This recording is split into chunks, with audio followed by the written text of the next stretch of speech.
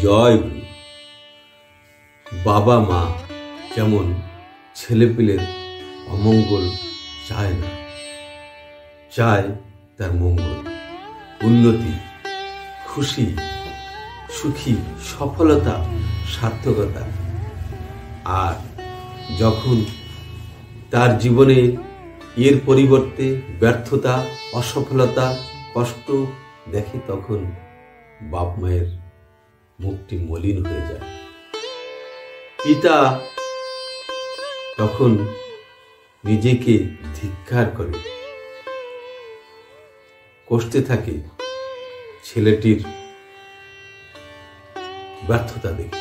ঠিক তেমনি পরম পিতা যিনি, তিনি তো পিতা, এই সব কিছুর মালিক যিনি, যার থেকে সবকিছু হয়েছে, তার সৃষ্টি যখন তার অনুরূপ না চলে, ব্যর্থতা, অসফলতা, দুঃখ, কষ্ট, দৈন্যতা ভোগ করে, তখন তার খুব কষ্ট হয়। তাই পরম পিতা, পরম দয়াল, পরম প্রেমময় শ্রী ঠাকুর বাণী দিয়েছেন, পিতার জন্য, সত্যের জন্য দুঃখ ভোগ করো, অনন্ত শান্তি পাবে। তার মানে আমরা তাকে খুশি করবার জন্য,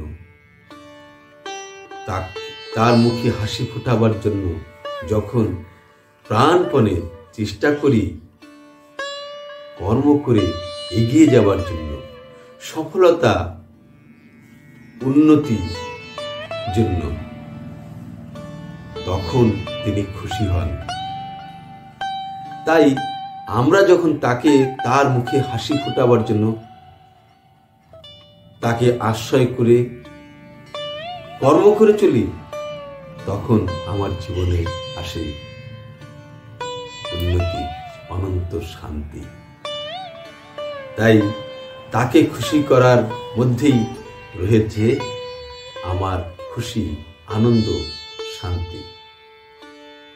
তার জন্য পিতার জন্য, সত্যের জন্য দুঃখ ভোগ করতেই হবে, তাহলে আমি থাকবো শান্তিতে। ঠিক আছে, আজকের জন্য জয় গুরু।